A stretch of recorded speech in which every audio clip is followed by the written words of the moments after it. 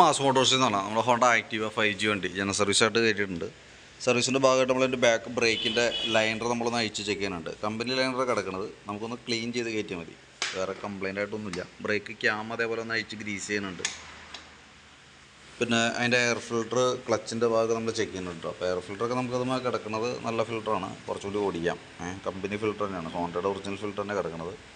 കുറേ കൂടി ഓടിക്കാനുണ്ട്. നെക്സ്റ്റ് സർവീസിലൊക്കെ നമുക്ക് നോക്കിയിട്ട് മാറ്റിയാൽ മതി. ക്ലച്ചിൻ്റെ ഭാഗം നമ്മൾ അഴിച്ച് ചെക്ക് ചെയ്യുമ്പോൾ അതിൻ്റെ variator body, boss drive, roller അടങ്ങുന്ന യൂണിറ്റാണ്. നിലവിൽ സാധാരണ ഇപ്പോൾ 47,000 കിലോമീറ്ററോളം ഓടിയിട്ടുണ്ട്. അത് വെച്ച് നോക്കുമ്പോൾ അതിൻ്റേതായിട്ടുള്ളൊരു തേമാനമുള്ളൂ. ചെറിയൊരു പ്ലേ കാണിച്ചു തുടങ്ങിയിട്ടുണ്ട്, പക്ഷേ നമുക്ക് തൽക്കാലം ഇപ്പോൾ വീലുകളൊക്കെ അത് തന്നെ മതി. ബെൻഡെക്സ് യൂണിറ്റിൻ്റെ പെർഫോമൻസും ഓക്കെയാണ്, നല്ലൊരു പ്രോബ്ലമൊന്നുമില്ല. ക്ലച്ച് യൂണിറ്റ് നമ്മളൊന്ന് അഴിച്ച് ഗ്രീസ് ചെയ്ത് കയറ്റുന്നുണ്ട്. വേറെ കംപ്ലൈൻ്റ് എന്ന് പറയാനായിട്ടൊന്നുമില്ല.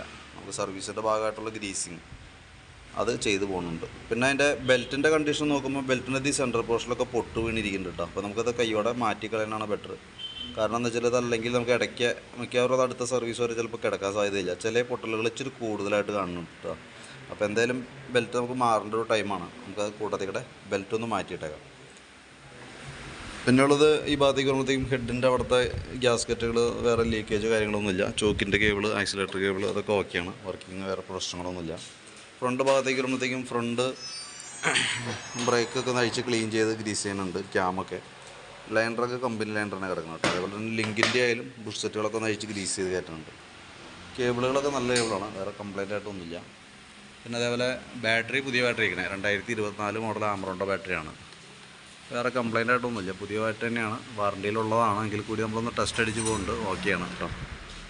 പിന്നെ സ്പാർക്ക് പ്ലഗും നമ്മളൊന്ന് ക്ലീൻ ചെയ്ത് കയറ്റുന്നുണ്ട്. നമുക്ക് എയർ ഫിൽറ്റർ മാറ്റുമ്പോൾ ആ കൂട്ടത്തേക്കിട്ട് നമുക്ക് പ്ലഗും കൂടി മാറ്റേണ്ടി വരും കേട്ടോ. അത് അടുത്ത സർവീസിന് മിക്കവാറും നമുക്കത് ചേഞ്ച് ചെയ്യാം. അതുവരെ കിടന്ന് ഓടിക്കോളും. സെക്കൻഡറി ഫിൽറ്റർ യൂണിറ്റാണ്, നിലവിൽ വേറെ പ്രോബ്ലമൊന്നുമില്ല, ക്ലീൻ ചെയ്തിട്ടാൽ മതി. എൻജിൻ ഓയിൽ ഓൾറെഡി മാറുന്നുണ്ട്.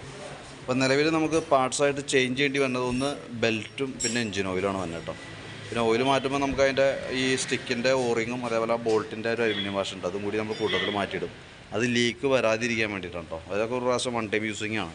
ഒരു പ്രാവശ്യം ടൈറ്റ് ചെയ്ത് കഴിഞ്ഞാൽ പിന്നെ അത് അഴിച്ച് മാറ്റി പുതിയത് സെറ്റ് ചെയ്യണം. അതല്ലെങ്കിൽ ആ സൈഡ് ലീക്ക് വരാനുള്ള സാധ്യതയൊക്കെ ഉണ്ട്. അതുകൊണ്ടാണ് ആ ഓറിങ്ങും അതിൻ്റെ വാഷും കാര്യങ്ങളൊക്കെ നമ്മൾ മാറ്റിയിടുന്നത്. ബാക്കിയത്തെ നമുക്ക് സർവീസ് സംബന്ധമായിട്ടുള്ള വർക്കുകൾ മാത്രമേ ഉള്ളൂ. അപ്പോൾ ഞാൻ അതിൻ്റെ നോക്കിയിട്ട് അതിൻ്റെ ഒരു എസ്റ്റിമേറ്റ് ഡീറ്റെയിൽസൊക്കെ വാട്സാപ്പിലേക്ക് ഒന്ന് സെൻഡ് ചെയ്ത് തരാം കേട്ടോ. നോക്കിയിട്ടൊന്ന് റിപ്ലൈ ഇട്ടാൽ മതി. ഓക്കെ.